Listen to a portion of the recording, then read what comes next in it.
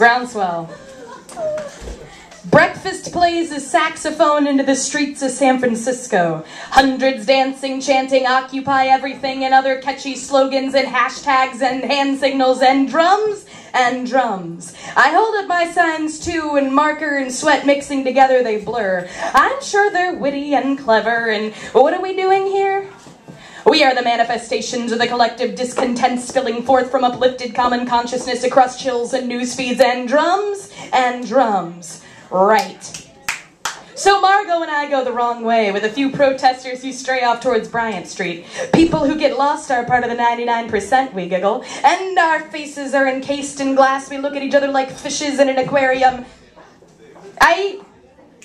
Shouts a woman with a megaphone, but she says this to us not through the megaphone. And sure enough, there they are, young and old, stinky and neat, some of them naked as supermarket meat. Screaming despite the snarls of police, and you can taste the heat, and drums and drums. Excuse me, there's no smoking here. We have to create a safe space where everybody's welcome. Fuck you, nobody's gonna tell me how to be a revolutionary. Hey, let's take it easy. I think that we should create our own currency. They'll just print more of their own money. And what if we burn the banks? They'll arrest us. We need to withdraw all of our money at the same time. When? Guy Fawkes Day. We talked about it at the GA. We treat through consensus. And what do we want? I want housing, healthcare, education. I want to take back the nation. A fair wage. My 5 minutes of fame. I want to get laid. End corporate greed. Legalize weed. Tax Wall Street. And a pulsing plurality of voices and Frank Chu. And drums and drums. All of the hands holding phones shift like periscopes raised from submarines to film a banging hot chick in a Wonder Woman outfit on top of the newspaper stands proclaiming, "They foreclosed on my home. They buried me in student loans. And I bailed you out." A wave of cries rise and reply echoes swell across offices, apartments, shops, and boutiques. Out of the buses and into the streets, Muni drivers beat, and drums and drums. A very serious man with a seriously expensive camera asked me some questions that seem very serious. He wants to analyze and justify and explain the movement, dissect it so that he can study it and publish his findings.